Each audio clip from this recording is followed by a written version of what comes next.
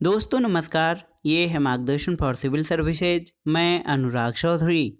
दोस्तों हिंदी के महत्वपूर्ण प्रश्नों के अंतर्गत इस वीडियो में हम सॉल्व करेंगे हिंदी व्याकरण के महत्वपूर्ण खंड, वाक्य रचना और वचन से संबंधित महत्वपूर्ण प्रश्नों को, जो आपके आगामी परीक्षाओं जैसे TGT, PGT, LT grade, government inter college प्रवक्ता, गवर्नमेंट डिग्री कॉलेज, उच्चतर शिक्षा असिस्टेंट प्रोफेसर, केंद्रीय विद्यालय संगठन और नेट जेआरएफ के लिए बहुत ही उपयोगी है। तो आइए शुरू करते हैं हिंदी व्याकरण के अंतर्गत वाक्य रचना से संबंधित महत्वपूर्ण प्रश्नों को। पहला प्रश्न है दोस्तों, निम्नलिखित वाक्य में उद्देश्य का सही विकल्प चुनिए। देखिए, पड़ोस में रहने वाले शर्मा जी विदेश चले गए, इसमें कौन सा उद्देश्य है? वाक्य में उद्देश्य कौन सा है? तो आप जान लीजिए दोस्तों, रहने वाले शर्मा जी। अगर आप देखेंगे कि पड़ोस में रहने वाले शर्मा जी विदेश चले गए, इस वाक्य में रहने वाले शर्मा जी उद्देश्य, पड़ोस और विदेश चले गए, ये विधेय शब्द है। और इसमें आपसे पूछा भी गया था कि इसमें कौन सा, इस वाक्य में उद्देश्य क्या है? तो ये है रहने वाले शर्मा जी। अगला प्रश्न है दोस्तों, निम्नलिखित वाक्य में विधेय का सही विकल्प चुनिए। शीला गाना गा रही है, इसमें विधेय क्या होगा? तो उत्तर है गाना गा रही है। शीला गाना गा रही वाक्य में शीला उद्देश्य और गाना गा रही है, ये विधेय है। वाक्य में जिसके विषय में कुछ कहा जाए वो उद्देश्य कहलाता है। उद्देश्य प्रायः कर्ता, कर्म या भाव विचार होता है और वाक्य का वह अंश जो वाक्य के उद्देश्य के विषय में बताता है उसे विधेय कहते हैं। अगला प्रश्न है, उसने कहा कि मैं घर जाऊंगा, किस तरह का वाक्य है? सरल वाक्य, संयुक्त वाक्य, मिश्र वाक्य या प्रश्नवाचक वाक्य? तो सही उत्तर है ऑप्शन सी, मिश्र वाक्य। दोस्तों वह वाक्य जिसमें एक उपवाक्य स्वतंत्र होता है और एक या अधिक आश्रित उपवाक्य होते हैं, ये मिश्र वाक्य कहलाता है। और इसमें आप देख लीजिए, गौड़ वाक्य अपने पूर्ण अर्थ की अभिव्यक्ति के लिए मुख्य उपवाक्य पर आश्रित रहता है, जैसे कि, जैसा, वैसा, जो, वह, जब, तब, क्योंकि, यदि, तो, ये यदि योजक प्रयोग किए जाएं तो वो मिश्र वाक्य होता है। अगला प्रश्न है, निम्नलिखित विकल्पों में से मिश्र वाक्य को पहचानिए। पहला है, पिताजी नए कपड़े लाए हैं। दूसरा है कि मैं बहुत तेज दौड़ा फिर भी नहीं जीता। तीसरा है, संभवतः वह सुधर गया। और चौथा है, यदि तुम अपना कमरा साफ नहीं करोगे तो माँ से डांट पड़ेगी। तो उत्तर है, मैं बहुत तेज दौड़ा फिर भी नहीं जीता, ये मिश्र वाक्य है। और जिस वाक्य में एक प्रधान उपवाक्य हो और एकाधिक आश्रित उपवाक्य हो उसे मिश्र वाक्य कहते हैं। अगला प्रश्न है दोस्तों, निम्नलिखित विकल्पों में से संयुक्त वाक्य को चुनना है। पहला है कि रोहन ने वह घर खरीदा जो उसके मामा का था। दूसरा है कि मेरे पैर पर चोट लग गई और दर्द होने लगा। तीसरा है शायद माताजी मान जाएं। और चौथा है बालक सोता रहता है। तो उत्तर है मेरे पैर पर चोट लग गई और दर्द होने लगा, ये संयुक्त वाक्य है। संयुक्त वाक्य दोस्तों, जिस वाक्य में साधारण या मिश्र वाक्यों का मेल अव्यय द्वारा हो उसे संयुक्त वाक्य कहते हैं। जैसे इस वाक्य में और का प्रयोग अव्यय के संदर्भ में हुआ है। अगला प्रश्न है, निम्न विकल्पों में से मिश्र वाक्य पहचानिए। देखिए, गुड़िया का मकान उधर है। जो देर से खाना खत्म करेगा उसे मिठाई नहीं मिलेगी। राकेश ने भोजन किया। या विकास आया और थक कर सो गया। तो उत्तर है, जो देर से खाना खत्म करेगा उसे मिठाई नहीं मिलेगी, ये मिश्र वाक्य का उदाहरण है। अगला प्रश्न है, निम्न विकल्पों में से संयुक्त वाक्य को पहचानिए। ए है, जो लड़का वहाँ बैठा है उसे मैं जानता हूँ। बी, आज बहुत ठंड है। सी, क्या शाम यहाँ से चला गया। डी, राहुल विद्यालय जाता है और मन लगाकर पढ़ता है। तो उत्तर है ऑप्शन डी, संयुक्त वाक्य है, राहुल विद्यालय जाता है और मन लगाकर पढ़ता है, ये संयुक्त वाक्य का उदाहरण है। आप देख सकते हैं संयुक्त वाक्य को इस चित्र के माध्यम से। दोस्तों संयुक्त वाक्य में या, और, तथा, एवं, लेकिन, परंतु, किंतु, अथवा इस तरह के योजक चिन्ह प्रयोग किए जाते हैं। अगला प्रश्न है, निम्नलिखित विकल्पों में से संयुक्त वाक्य को पहचानिए। तो आप देख लीजिए, मैं भी आपकी तरह देश की सेवा करना चाहता हूँ, ये संयुक्त वाक्य का उदाहरण है। अगला प्रश्न है दोस्तों, वाक्य विचार के अंतर्गत क्या अध्ययन किया जाता है? शब्दकोश का, वर्णों का, वाक्यों का या फिर ए और बी दोनों का? तो उत्तर है वाक्य विचार के अंतर्गत वाक्यों का अध्ययन किया जाता है। व्याकरण के 3 अंग हैं, वर्ण विचार, शब्द विचार और वाक्य विचार। और वर्ण विचार में भाषिक ध्वनियों, शब्द विचार में शब्दों या पदों तथा वाक्य विचार में वाक्यों से संबंधित नियमों का निर्देश किया जाता है। अगला प्रश्न है दोस्तों, रचना के आधार पर वाक्य के कुल कितने भेद होते हैं? 6, 3, 8 या 4? तो सही उत्तर है 3। और कौन कौन से? तो देखिए, रचना के आधार पर वाक्य के 3 भेद हैं, सरल या साधारण वाक्य, मिश्र वाक्य और संयुक्त वाक्य। और आप तीनों के बारे में जानते हैं। जिस वाक्य में एक क्रिया होती है, एक कर्ता होता है, उसे साधारण या सरल वाक्य कहते हैं। जिस वाक्य में एक साधारण वाक्य के अतिरिक्त उसके अधीन कोई दूसरा आश्रित वाक्य हो, उसे मिश्र वाक्य कहते हैं। और जिस वाक्य में साधारण अथवा मिश्र वाक्यों का मेल संयोजक अवयवों के द्वारा होता है, उसे संयुक्त वाक्य कहते हैं।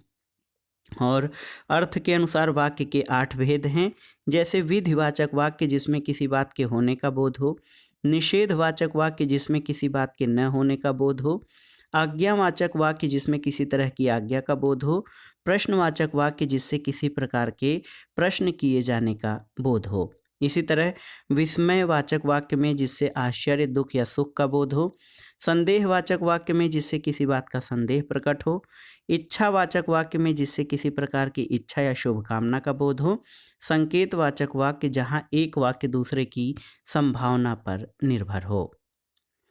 अगला प्रश्न है दोस्तों, अर्थ की दृष्टि से कौन सा वाक्य का प्रकार नहीं है? देखिए, निषेधवाचक वाक्य, विधिवाचक वाक्य, प्रश्नवाचक वाक्य या संकेतवाचक। तो उत्तर है दोस्तों संकेतवाचक, ये किसी वाक्य का प्रकार नहीं है।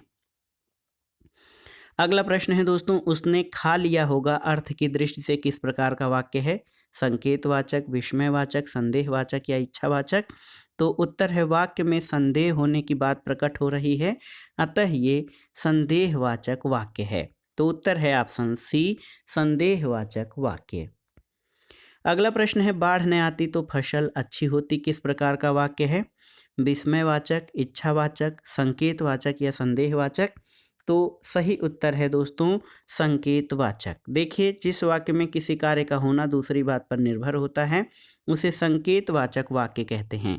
और इसमें देखिए, द्वितीय वाक्य प्रथम वाक्य पर निर्भर है कि बाढ़ न आती तो फसल अच्छी होती, तो इसलिए यहाँ पर ये संकेतवाचक वाक्य है। अगला प्रश्न है दोस्तों, निम्नलिखित वाक्य अर्थ की दृष्टि से किस भेद के अंतर्गत आएगा? मुझे तोड़ लेना बनमाली, उस पथ पर देना तुम फेंक। तो इसमें कौन सा वाक्य है? इच्छार्थक, आदेशार्थक, विस्मयार्थक या देशभक्तिपरक? तो सही उत्तर है ऑप्शन बी, आदेशार्थक। मुझे तोड़ लेना बनमाली, उस पथ पर देना तुम फेंक, यह वाक्य अर्थ की दृष्टि से आदेशार्थक के अंतर्गत आता है। और ऐसे वाक्य जिससे किसी तरह की आज्ञा का बोध हो आज्ञार्थक या आदेशार्थक वाक्य कहलाते हैं। इस वाक्य में भी कर्ता यानी पुष्प बनमाली को आदेश तोड़ लेना, फेंक देना दे रहा है और बनमाली के लिए तुम शब्द का प्रयोग हुआ है, अतः ये आदेशार्थक वाक्य है। अगला प्रश्न है दोस्तों, यदि दवा लोगे तो बुखार कम हो जाएगा, ये वाक्य किस प्रकार का है? संयुक्त, मिश्र, सरल या उपर्युक्त में से कोई नहीं? तो सही उत्तर है मिश्र वाक्य। यदि दवा लोगे तो बुखार कम हो जाएगा, ये मिश्र वाक्य है। और इस वाक्य में एक प्रधान उपवाक्य होता है जो स्वतंत्र होता है, जबकि दूसरा उपवाक्य जो है प्रधान उपवाक्य पर निर्भर होता है और इसमें तो, जबकि, क्योंकि संयोजकों का चिन्ह प्रयोग किया जाता है। अगला प्रश्न है, निम्न में से संयुक्त वाक्य का चयन कीजिए। देखिए, जो परिश्रम करता है वही आगे बढ़ता है। मैं पढ़ता हूँ और वह गाता है, क्या मेरे बिना वह पढ़ नहीं सकता? परिश्रमी व्यक्ति ही सफलता प्राप्त करता है। तो आप देख लीजिए, मैं पढ़ता हूँ और वह गाता है, इसमें संयुक्त वाक्य प्रयुक्त है। अगला प्रश्न है, कृष्ण बांसुरी बजाते थे और राधा नाचती थी, ये वाक्य किस प्रकार का है? तो आप जान लीजिए, संयुक्त वाक्य है, क्योंकि इसमें दो वाक्यों को और योजक चिन्ह के द्वारा जोड़ा गया है। ये संयुक्त वाक्य का उदाहरण है। अगला प्रश्न है, निम्नलिखित विकल्पों में से संयुक्त वाक्य को पहचानिए। तो देखिए, बादल गरज रहे हैं और वर्षा हो रही है, ये संयुक्त वाक्य है। ऑप्शन डी आपका सही उत्तर है। संयुक्त वाक्यों में विरोधक किंतु परंतु लेकिन मगर आदि का प्रयोग होता है। संयोजक में तथा और एवं का प्रयोग होता है और विभाजक में या अथवा आदि का प्रयोग किया जाता है। अगला प्रश्न है, वह अपनी कक्षा का सर्वाधिक प्रतिभाशाली छात्र है। उपर्युक्त वाक्य का बिना अर्थ बदले निम्नलिखित में से कौन सा नकारात्मक वाक्य उपयुक्त होगा, आपको बताना है। यहाँ पर देखिए, वह अपनी कक्षा का सर्वाधिक प्रतिभाशाली छात्र नहीं है। उसके समान अपनी कक्षा में कोई प्रतिभाशाली छात्र नहीं है। प्रतिभा में वह अपनी कक्षा के किसी भी छात्र से कम नहीं है, या फिर अपनी कक्षा के प्रतिभाशाली छात्रों में उसकी गिनती नहीं होती है। तो उत्तर है, उसके समान अपनी कक्षा में कोई प्रतिभाशाली छात्र नहीं है। ये जो है नकारात्मक वाक्य का उदाहरण है। अगला प्रश्न है, वाह कैसा नयनाभिराम दृश्य है। ये कौन सा वाक्य है? तो उत्तर है, ये विस्मयादिबोधक वाक्य का प्रकार है। वाह कैसा नयनाभिराम दृश्य है, ये विस्मयादिबोधक है। जब वाक्य में आश्चर्य, हर्ष, शोक, घृणा, पीड़ा, प्रसन्नता आदि भाव प्रकट होता है तो वह विस्मयादिबोधक वाक्य होता है। अगला प्रश्न है दोस्तों, सीढ़ी के सहारे मैं जहाज पर जा पहुंचा। इस वाक्य में सीढ़ी के सहारे क्या है? देखिए, साधारण उद्देश्य, विधेय विस्तारक, उद्देश्यवर्धक या कोई नहीं। तो सही उत्तर है उद्देश्यवर्धक, यानी सीढ़ी के सहारे उद्देश्य का विस्तार है। अगला प्रश्न है दोस्तों, टॉस युवा भारतीय टीम ने जीता और बल्लेबाजी प्रारंभ की। इस वाक्य में उद्देश्य को किस विकल्प से सही प्रदर्शित किया गया है? देखिए, टॉस, युवा भारतीय टीम या बल्लेबाजी। तो उत्तर है युवा भारतीय टीम, ये उद्देश्य के रूप में यहाँ प्रदर्शित है। आप जान लीजिए कि वाक्य में जिसके संबंध में कुछ कहा या बताया जाए उसे उद्देश्य कहते हैं।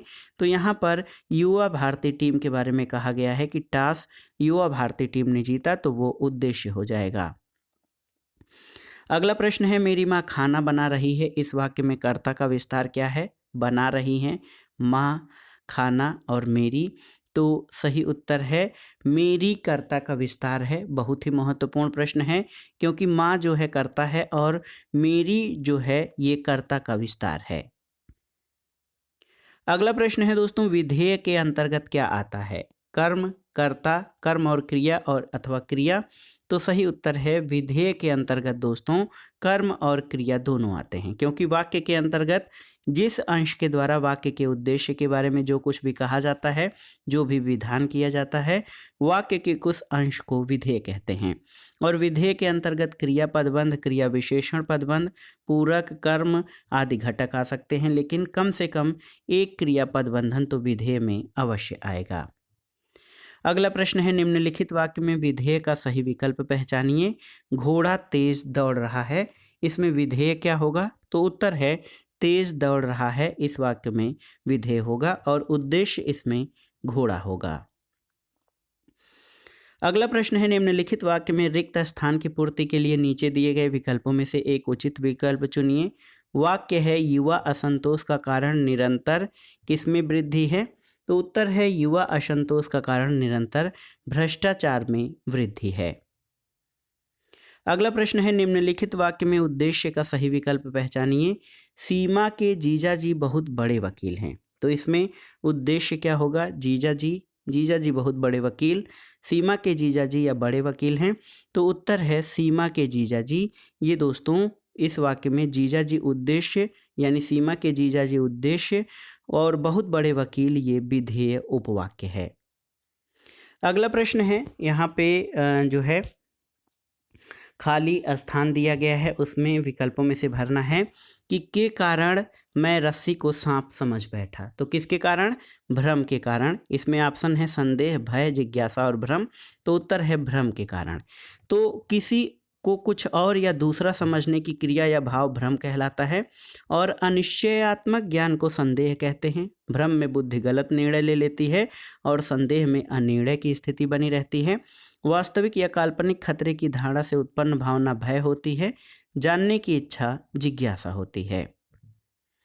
अगला प्रश्न है, निम्नलिखित विकल्पों में आज्ञावाचक वाक्य के लिए सही विकल्प चुनिए। तो देखिए, सब अपनी जगह पर बैठ जाइए। ईश्वर सबका भला करे। मैंने दूध नहीं पिया। वाह भोजन बहुत स्वादिष्ट है। तो इसमें आज्ञावाचक वाक्य सब अपनी जगह पर बैठ जाइए। जिस वाक्य से किसी तरह की आज्ञा का बोध होता है उसे आज्ञावाचक वाक्य कहते हैं। इसमें बैठ जाइए आज्ञा का बोध कराता है। अगला प्रश्न है दोस्तों, इनमें से संस्कृत भाषा की दृष्टि से कौन सा शब्द समूह शुद्ध है, आपको बताना है। विद्युत, परिषद, विद्वान और पृथक। इसके अलावा इसमें कौन से शब्द जो हैं शुद्ध समूह हैं, तो देखिए विद्युत, परिषद, विद्वान और पृथक। ये संस्कृत भाषा तत्सम की दृष्टि से विद्युत, परिषद, विद्वान और पृथक ये सही होंगे। शेष विकल्प इन्हीं के अशुद्ध रूप माने जाते हैं। वाक्य रचना के बाद आइए वचन से संबंधित महत्वपूर्ण प्रश्नों को देख लेते हैं। पहला प्रश्न है, निम्नलिखित शब्दों में से एक वचन क्या है। प्राण, दर्शन, ओठ और तेल। तो सही उत्तर है तेल एक वचन है, जबकि दर्शन, प्राण, लोग, दाम, ओठ, आंसू, अच्छत ये सभी हमेशा बहुवचन में प्रयोग किए जाते हैं। अगला प्रश्न है दोस्तों, उसके प्राण सूख गए। इस वाक्य में प्राण का वचन निर्धारित कीजिए। तो उत्तर है प्राण दोस्तों इसमें बहुवचन के रूप में प्रयोग किया गया है और प्राण हमेशा बहुवचन के रूप में ही प्रयोग होता है। अगला प्रश्न है, इनमें से कौन सा शब्द सदैव बहुवचन में प्रयुक्त होता है। प्राण, भक्ति, शिशु और पुस्तक। तो सही उत्तर है प्राण। दोस्तों प्राण हमेशा बहुवचन में प्रयोग होता है और कहा जाता है कि उसके प्राण उड़ गए या प्राण निकल गए, तो हमेशा ही बहुवचन में प्राण शब्द का प्रयोग किया जाता है। अगला प्रश्न है, कविता का बहुवचन क्या होगा, आपको बताना है। कविताएं, कविताएं, कविताइयाँ या कविताएं। तो सही उत्तर है कविताएं। देखिए वर्तनी की दृष्टि से ये सही है, कविता का बहुवचन कविताएं होता है। अगला प्रश्न है दोस्तों, साधु आ रहे हैं। वाक्य में साधु का वचन निर्धारित कीजिए। तो उत्तर है बहुवचन। हिंदी में वचन दो होते हैं, एक वचन और बहुवचन। शब्द के जिस रूप से एक से अधिक का बोध होता है उसे बहुवचन कहते हैं और इसमें क्रिया बहुवचन में प्रयुक्त हो रही। यहाँ साधु बहुवचन के रूप में प्रयोग होगा कि साधु आ रहे हैं, ये इस वाक्य में साधु बहुवचन में प्रयोग होता। अगला प्रश्न है, लड़की पढ़ती है। यह वाक्य बहुवचन में क्या होता है। तो उत्तर है लड़कियां पढ़ती हैं। लड़की पढ़ती है का बहुवचन हो जाएगा लड़कियां पढ़ती हैं। ऑप्शन सी सही उत्तर हो जाएगा। अगला प्रश्न है, बहुवचन की दृष्टि से एक वाक्य शुद्ध है। देखिए चिड़िया उड़ गई, चिड़िए उड़ गईं, चिड़ियाएँ उड़ गईं या चिड़ियाँ उड़ गईं। तो सही उत्तर ऑप्शन डी हो जाएगा। बहुवचन रूप में चिड़ियाँ उड़ गईं सही है। और एक वचन में डिबिया का एक वचन है, इसका बहुवचन डिबियाँ, गुड़िया का गुड़ियाँ और नीति का नीतियाँ हो जाएगा। अगला प्रश्न है दोस्तों, चिड़िया शब्द का प्रयोग बहुवचन में क्या होता है। तो आप स्पेलिंग सही से देखिएगा। चिड़िया का बहुवचन जो है वो चिड़ियाँ होता है। ऑप्शन ए देख लीजिएगा सही है। अगला प्रश्न है, पुड़िया का बहुवचन शब्द क्या है। तो आप देखिए यहाँ पर जो विकल्प दिए गए हैं इनमें से सही विकल्प पुड़िया हो जाएगा। ये पुड़िया का बहुवचन है। अगला प्रश्न है, निम्नलिखित वाक्यों में से किसमें बहुवचन का प्रयोग हुआ है। लड़का कहता है, लड़के ने कहा, लड़के लड़के से कहते हैं या लड़के ने लड़के से कहा। तो उत्तर है दोस्तों लड़के लड़के से कहते हैं, इसमें बहुवचन का प्रयोग हुआ है और शेष वाक्यों में एक वचन प्रयुक्त है। अगला प्रश्न है, किस वाक्य में एक वचन का प्रयोग हुआ है। लड़के बोले, लड़के ने कहा, लड़कों ने कहा या लड़के ने लड़कों से कहा। तो उत्तर है लड़के ने कहा। लड़के ने कहा इस वाक्य में एक वचन का प्रयोग हुआ है क्योंकि यहाँ लड़के का तात्पर्य एक लड़के से है।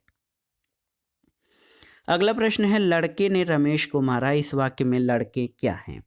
लड़के ने रमेश को मारा, इस वाक्य में लड़के एक वचन है। लड़के ने रमेश को मारा, इसमें एक वचन जो है, यहाँ लड़के शब्द कर्ता कारक के साथ एक वचन में आया है।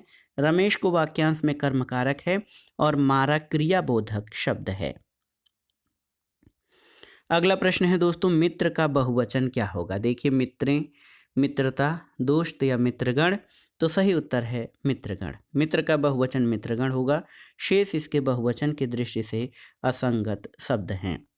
अगला है दोस्तों कुछ महत्वपूर्ण जानकारी कि कुछ अकारांत पुल्लिंग शब्दों में ऊ जोड़कर इस प्रकार जो है बहुवचन बनता है। घर का घरों, दोस्त का दोस्तों, चोर का चोरों।